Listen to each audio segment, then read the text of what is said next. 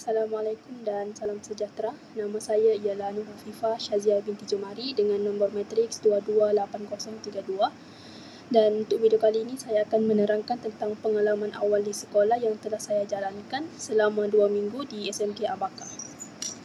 Ini adalah latar belakang sekolah, iaitu nama sekolah SMK Abaka, dan SMK Abaka ni telah ditubuhkan pada tahun 1962. Lokasi sekolah ini terletak adalah di Tawau, Sabah, dan sekarang berada di bawah pentadbiran Tuan Haji Adnan Marzuki. Sedikit sejarah berkenaan SMK Abaka. Pada awalnya merupakan sekolah menengah jenis kebangsaan Abaka yang menempatkan tenaga pengajar seramai 20 orang dan sebanyak 220 orang pelajar.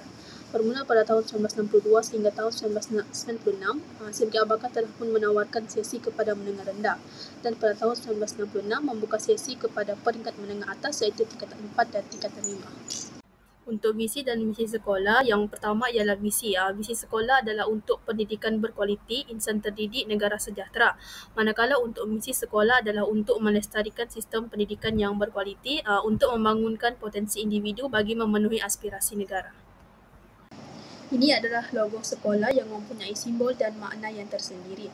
Yang pertama ialah warna kuning, melambangkan kesetiaan kepada raja dan negara. Warna biru melambangkan semangat perpaduan. Warna merah yang melambangkan keberanian. Warna hijau melambangkan warga Abaka ni sentiasa berasa muda dan segar untuk belajar dan terus belajar dan berjalan. Dan 2 daun Abaka yang bertaut ni melambangkan keseimbangan antara lelaki dan perempuan yang menjadi warga SMK Abaka. Kemudian simbol lautan yang melambangkan kesanggupan untuk menempuh cabaran. Gunung yang melambangkan ketinggian hasrat untuk mencapai kecemerlangan dalam akademik, kokurikulum dan pembangunan diri. Kemudian terdapat abjad A dan huruf alif yang merupakan pangkal nama sekolah A, Abaka, dan pangkal nama ketuhanan dalam Islam, iaitu Allah Subhanahu Wa Taala. Ini adalah beberapa infrastruktur sekolah yang terdapat di SMK Abaka. Yang pertama, makmal fizik. Makmal fizik ni ada 2, iaitu makmal fizik 1 dan makmal fizik 2. Makmal biologi ada 2 juga, iaitu makmal biologi 1 dan makmal biologi 2. Kemudian terdapat bengkel pembuatan reka bentuk teknologi, bengkel elektrik dan elektronik reka bentuk teknologi, dataran ilmu, bilik masakan, bengkel pertanian, reka bentuk teknologi, studio seni, studio reka bentuk dan juga padang.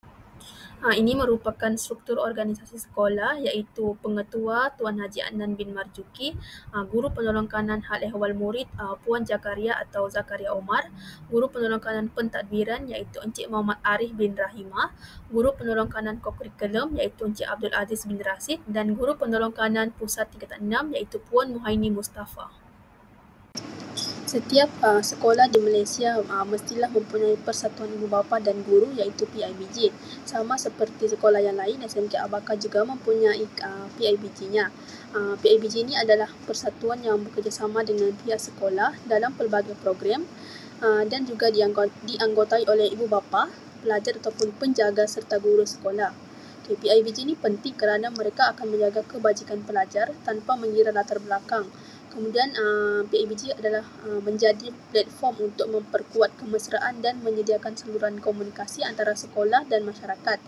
Ini adalah sumbangan PIBG terhadap sekolah, iaitu mereka telah menceriakan kawasan sekolah dan telah membantu untuk menambah sumber kewangan untuk meningkatkan dan menambah fasiliti sekolah.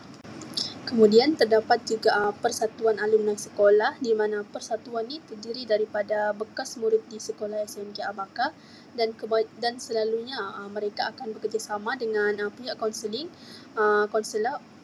sekolah untuk menjalankan beberapa program. Kemudian alumni sekolah di SMK Abaka, mereka mempunyai beberapa grup di aplikasi WhatsApp dan juga Facebook. Alumni sekolah ni dia penting kerana dapat membuktikan kejayaan alumni dengan memberi semangat dan dorongan. Kemudian mereka akan menjadi contoh yang baik dengan membalas jasa sekolah. Dan ini adalah beberapa sumbangan alumni sekolah SMK Abaka. Yang pertama iaitu pemberian televisyen di dalam bilik disiplin sekolah dan pembinaan untuk menaik taraf surau sekolah. Untuk refleksi terhadap PDPR, yang pertama ialah alat bantu mengajar ataupun ABM. sistem vertigasi telah digunakan untuk memberikan pengalaman sebenar kepada pelajar bagaimana sistem vertigasi berfungsi. Dan yang kedua ada bahan bantu mengajar iaitu BBM, penggunaan buku teks dan juga buku rujukan untuk menyampaikan isi pembelajaran. Selain itu terdapat juga poster di dalam bengkel sebagai bahan rujukan tambahan kepada para pelajar semasa menjalankan aktiviti amali di dalam bengkel. Seterusnya, pemerhatian terhadap aktiviti di dalam kelas di mana guru pembimbing telah pun menyediakan rancangan pengajian harian iaitu RPH sebelum masuk ke kelas. Kemudian terdapat juga amalan pedagogi yang berpusatkan guru dengan penilaian formatif berterusan dengan mengadakan ujian mingguan. Pelajar sebagai penerima penilaian dan guru akan memberikan maklum balas terhadap prestasi pelajar. Melalui aktiviti ini terdapat penerapan aktiviti kebat yang menguji kefahaman, penilaian, aplikasi dan sintesis. Kemudian kekuatan dan kelemahan terhadap PDPR di mana kekuatan terhadap pembelajaran berpusatkan guru ni dapat memastikan topik dapat disampaikan dengan pantas, dan yang kedua ialah ulang kaji topik setiap minggu dapat memastikan pelajar terlatih supaya bersedia menghadapi ujian sebenar iaitu SPM. Tetapi kelemahan terhadap pembelajaran berpusatkan guru ni menyebabkan pelajar ni akan menjadi pasif dan kurang aktif. Dan yang kedua, ulang kaji topik setiap minggu ni dia boleh menyebabkan tekanan kepada pelajar kerana mereka perlu membuat persediaan setiap minggu. Okey, seterusnya refleksi terhadap kokurikulum dan saya telah pun memilih kelab hoki. Kelab hoki ni telah diterajui oleh Ustazah Nur Syafa yang dibantu oleh Encik Yusri sebagai jurulatih pasukan hoki SMK Abaka, dan kelab ni dianggotai seramai 70 orang pelajar. Dan antara aktiviti yang dianjurkan ialah latihan asas bermain hoki seperti latihan dribble, latihan menjaringkan gol dan strategi untuk memenangi permainan. Dan seterusnya ialah perlawanan persahabatan 4 sebelah antara ahli kelab. Dan ini adalah pemerhatian saya terhadap kokurikulum di SMK Abaka.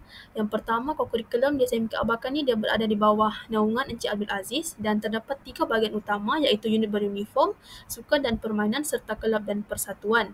Okey, kokurikulum ni adalah untuk mendedahkan kepentingan kokurikulum dalam perkembangan holistik pelajar, dan seterusnya dia juga membantu bakal guru untuk mempelajari kemahiran mengurus dan membimbing pelajar dalam aktiviti luar bilik darjah. Yang seterusnya ialah refleksi terhadap budaya sekolah. Terdapat 4 budaya sekolah yang diamalkan, iaitu yang pertama budaya disiplin di mana murid-murid mematuhi peraturan sekolah, mematuhi kod pemakaian dan menepati masa. Yang kedua ialah budaya kerohanian di mana murid-murid akan membaca Asmaul Husna sebelum dan membaca Asmaul Husna pada setiap pagi, membaca doa sebelum dan selepas pembelajaran dan solat zuhur berjemaah setiap hari Isnin sehingga hari Khamis.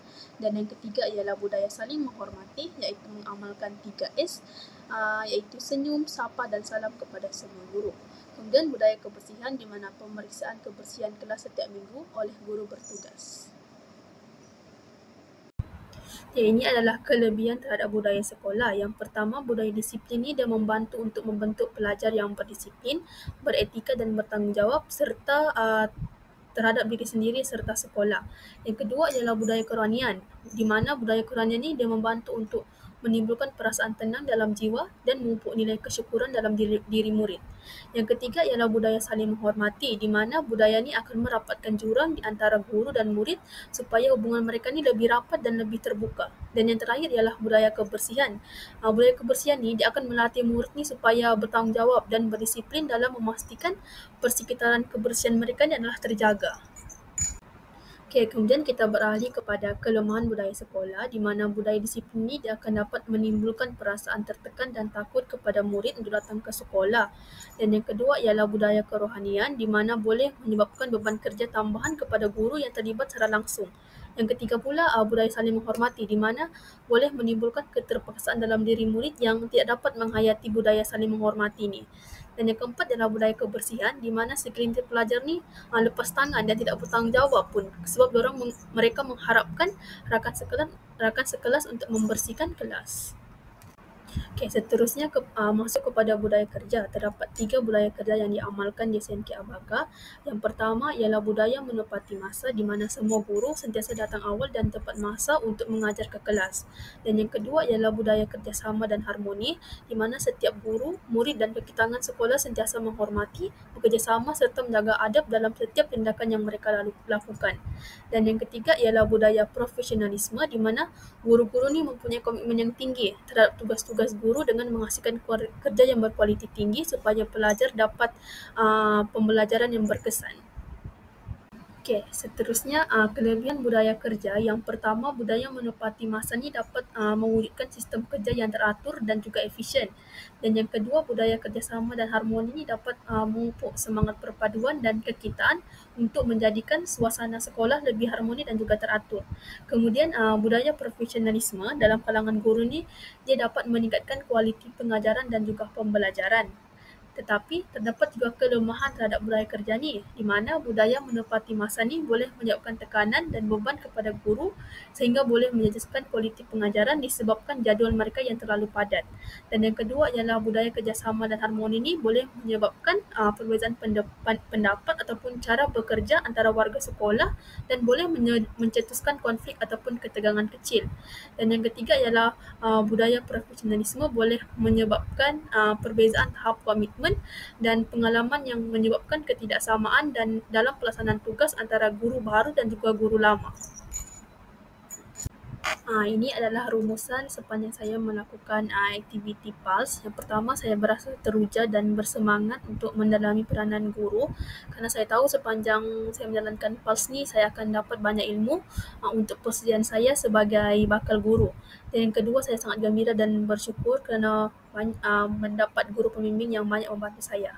Dan untuk cadangan projek sulam saya mencadangkan program Green Innovation Hidroponik untuk masa depan di mana program ini melibatkan pelajar tingkatan 5 dan juga masyarakat tempatan di mana semasa program ni, projek ini masyarakat murid-murid tingkatan 5 ni akan menerangkan tentang kebaikan hidroponik kepada masyarakat dan sekaligus dapat memberi pengalaman sebenar kepada pelajar tingkatan 5 untuk mereka gunakan semasa menjawab soalan SPM nanti.